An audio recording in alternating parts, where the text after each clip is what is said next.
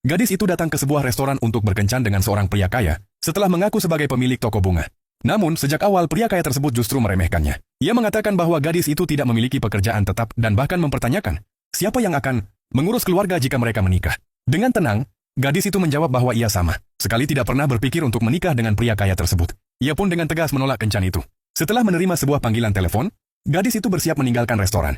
Sebelum pergi, ia dengan sopan berharap agar pria kaya itu bisa menemukan seseorang yang benar-benar ia sukai. Ucapan itu justru membuat pria kaya tersebut marah besar. Ia berteriak dengan emosi. Tanpa ragu, gadis itu mengambil segelas air dan menyiramkannya ke wajah pria tersebut. Namun, pria kaya itu malah mencengkeramnya dengan kasar dan tidak mengizinkannya pergi. Ia menuntut gadis itu untuk meminta maaf, bahkan mengangkat tangannya seolah hendak memukulnya. Tepat saat itu, seorang pria asing muncul dan menghentikan tindakan pria kaya tersebut. Gadis itu menatap pria penolongnya dan merasa wajahnya sangat familiar. Ternyata, pria itu adalah seseorang yang telah ia sukai secara diam-diam sejak masa kuliah. Namun kini pria itu sama sekali tidak mengenalinya. Karena cintanya selama ini hanyalah cinta sepihak, gadis itu merasa wajar jika pria itu tak mengingat dirinya. Akhirnya pria asing itu mengusir pria kaya keluar dari restoran.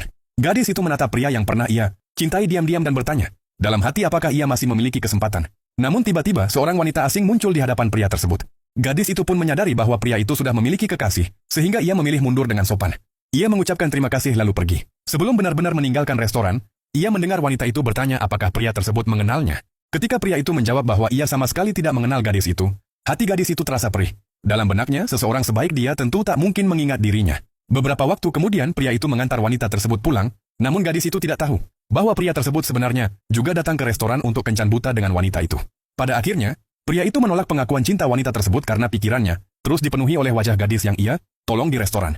Saat itu, gadis tersebut sedang menunggu bus sendirian di tengah hujan deras. Ketika pria itu sedang mengemudi, ia melihat gadis tersebut di pinggir jalan. Tanpa sadar, mobilnya berhenti tepat di hadapannya.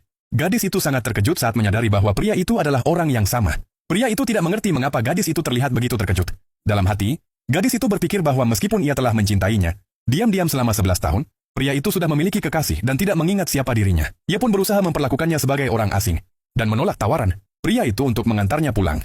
Namun hujan semakin deras. Atas permintaan pria tersebut, gadis itu akhirnya masuk ke dalam mobil. Melihat gadis itu basah kuyup, pria itu tanpa ragu melepas jaketnya dan menyelimuti tubuh gadis itu. Gadis tersebut menerimanya dengan malu-malu dan mengucapkan terima kasih.